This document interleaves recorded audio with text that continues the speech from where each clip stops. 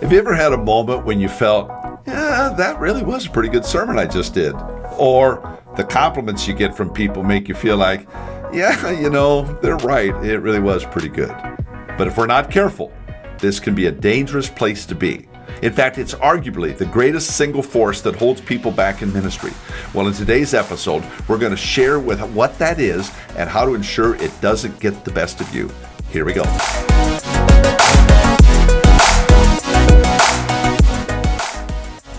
For those folks who are in the United States, you know that every 4 years there's an event that comes around called the Iowa caucuses.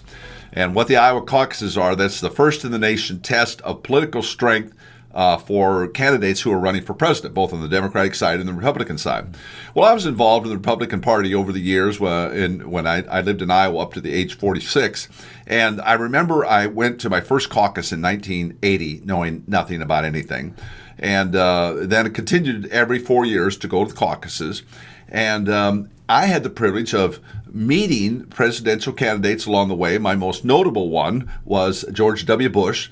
And I became what was called, this was kind of laughable, chair of the Iowa Families for Bush. Now, there was no group called Iowa's Families for Bush, but they made me the chair of it, which meant the media would regularly want interviews.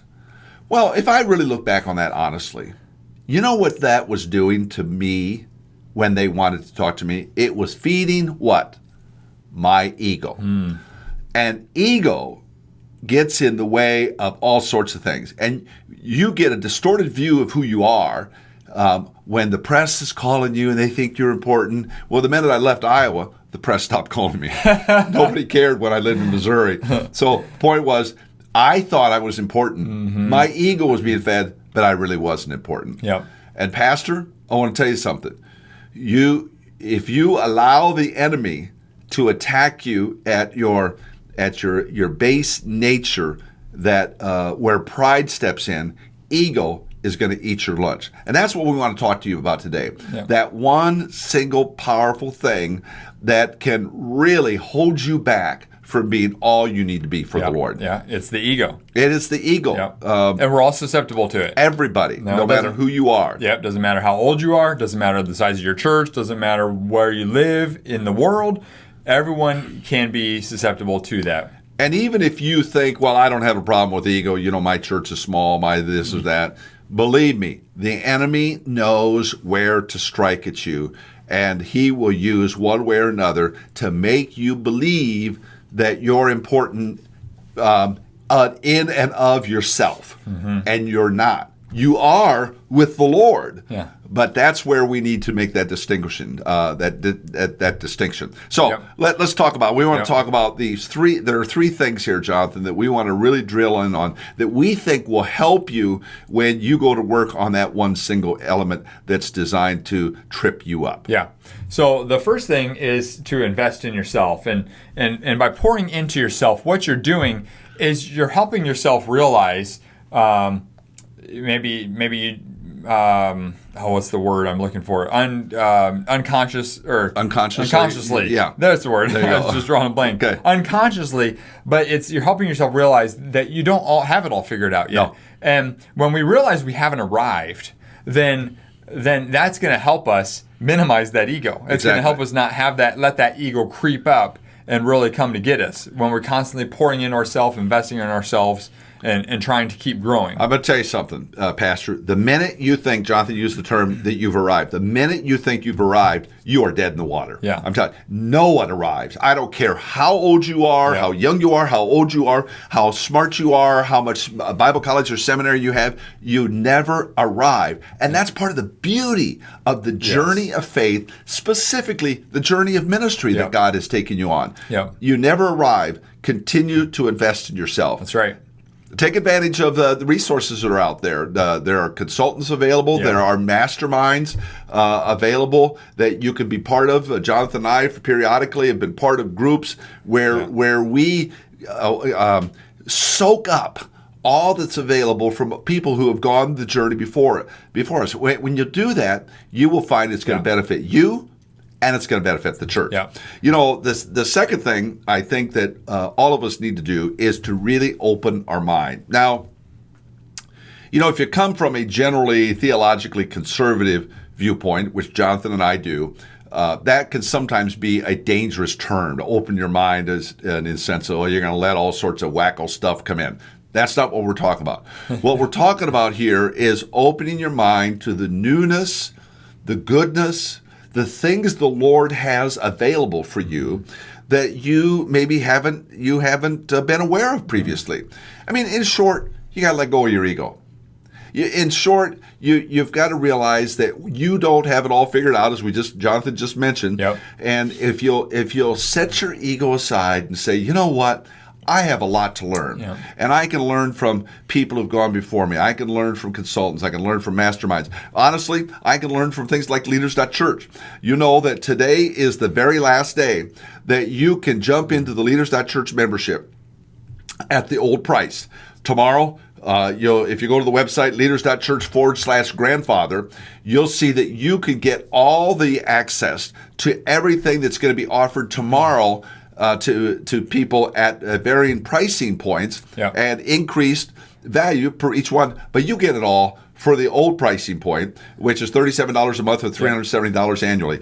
Go to episode 49. I encourage you to go watch or listen to episode 49, where we talk through this extensively of why we're doing what we're doing, why we're positioning Leaders.Church to be of much greater value to you as a church and as a pastor. You'll be able to get that tomorrow. At the new pricing points. You can get it today at the original $37, which honestly, basically it's 47%. So it's almost half. Half of the, it's just beyond a steal of a deal. You need to get that by midnight tonight, and by doing so, you'll be opening your mind to the new things that are available to you to help you be better as a pastor. I think another thing about opening your mind that's helpful is we can open our minds to other pastors and people who have. Whether they've blazed the trail the same as us, or even if it's been different, and it doesn't matter the size of the church. Right. I remember having a pastor one time I was interacting with, and he was pastoring a church that was a certain size. There was another church that was significantly smaller in size, but he was like, you know what, I can still learn from them. Yeah. And so we have to remember to open our mind too, that just because we've maybe reached a certain threshold, attendance-wise or whatever, that doesn't mean we can't still learn from people that maybe haven't hit that threshold yet. And so it's kind of like we learn from everyone. It's got that whole concept of mentors, having a mentor that's older, a mentor who's a peer, and a mentor who's younger. Yeah. So obviously we think of the older one as being a mentor, right, but the younger one can. Yeah. And so to your point, Jonathan, you can learn from a lot of people. Yeah. Then the final thing that's going to help you overcome this is to use what you learn and not sit on great ideas. Don't just hear something. You're maybe trying to invest in yourself. You're opening your mind, and then you've got some things you can do now. The worst thing you can do at this point is to sit on it and to not move forward. You can't be a perfectionist and just wait for everything to be perfect, because perfect scenarios and situations don't really exist. I mean, it's just there's always going to be things, and so we've got to look at what we're dealing with. We've got to study the situation. We've got to learn, and then we have to act and implement. And that's a huge thing. Some people do really well. Even you can take something and jump quicker when things aren't perfect at all, and implement, whereas I like to make sure I got my ducks in a row first, process it, then implement. So we're all different. But the thing is, we have to be implementers. And I want to tell you, I wish I had it at my fingertips, but there has been research done with people who are older and on their deathbeds, and the question was posed, what would you have done differently? What's something you would have done differently? And people would regularly say things like, I would have risked more. In other words, they had an idea, but they didn't step. Yeah. They didn't act. They had learned something, but they didn't go forward with it. Yeah. I'm just telling you, whatever station in your life, you're a young pastor, a middle-aged pastor, older pastor, doesn't make any difference. Be willing to act and take and use what you've learned to go forward. Yeah. Well, I was going to tell you that Doug, he's a lead pastor in a church in Texas. Yep. They did something kind of, this reminded me along these lines, where they had a staff retreat. Yep. They used some of the Leaders.Church membership material, and they said, hey, we're gonna start trying to implement. Yeah. So they weren't just going to come up with ideas. They're like, we're going to implement ideas. And so they had this retreat, great retreat. They used a lot of the stuff. They showed the resources actually to the whole staff.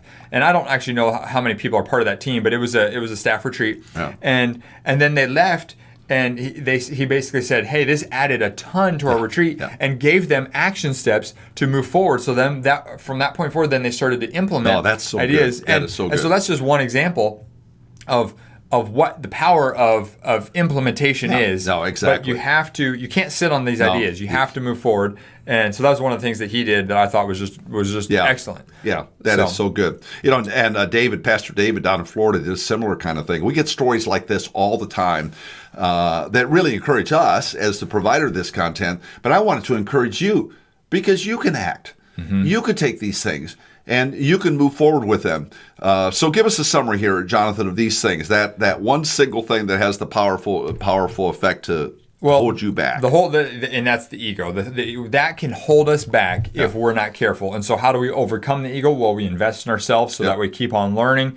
We open our mind, again, keep on learning, and then use what you learn. So now that you've learned stuff, we evaluate, we look at all this stuff, we say, okay, now let me act and move forward. And so that's a huge thing. One of the things I would encourage you to act on today is, as Dick mentioned, the Leaders.Church membership. This is the final day that you can get the 47%. I mean, you're talking almost a half off that you get for life. Right. As long as you're a member, you get that rate for life. So, 2 months from now, 2 years from now, whatever, you're still paying the same rate, even though prices have increased, and you're getting the discount. So you're grandfathered in. That's why we're sending you to Leaders.Church/grandfather. So you are grandfathered in for life. And I want to tell you, when you jump into the Leaders.Church membership, one of the beautiful things we've tried to create for you is there's no contracts, no commitment. You cancel anytime, stay as long as you want. We've had some members, we've been at this a little over 6 years. We've had some members been with us 6 years. Yep. Other people come in for a few months. You do whatever you want that fits you. Yeah. And then honestly, in these first 30 days, there's a 30-day money-back guarantee. You got zero to lose. Yeah. You get in, kick the tires. If that's not for you, let us know. We'll refund your money. Mm-hmm. If it is for you, just go as long as you want to go. We want to invest in you. We want to help you move forward because your church deserves it. You deserve it. Yep. God's called you for this time to lead this body of believers called your local church to levels you never imagined possible. Yep. And it can happen when you invest in yourself, you remove the ego, you move forward, and you learn. And I'm excited for the potential for you. I really am. Well, 92% of people say that the resources has helped increase their leadership capacity. Boom. So the question I have is, why not that be you? I'm assuming you would want to increase your leadership capacity too. And if that's the case, then we would love to have you join us inside the Leaders.Church membership. Well, what else, Dick? That's it. Thanks very much for hanging out with us today. Make it a great one today, and be blessed. Hey, Jonathan here. Real quick before you go. Everything in your ministry rises and falls on your leadership. So investing in your leadership is essential to staying healthy and growing the ministry. And that's why I want to invite you to join us inside the Leaders.Church membership. This online streaming service for pastors gives you access to more than 300 videos plus training material to level up your leadership and improve your ministry skills. If you'd like to do that, I want to invite you to go to Leaders.Church/boost. Again, that's Leaders.Church/boost. Well, thanks again for joining us on the Church Tips Podcast. We'll look forward to seeing you next time.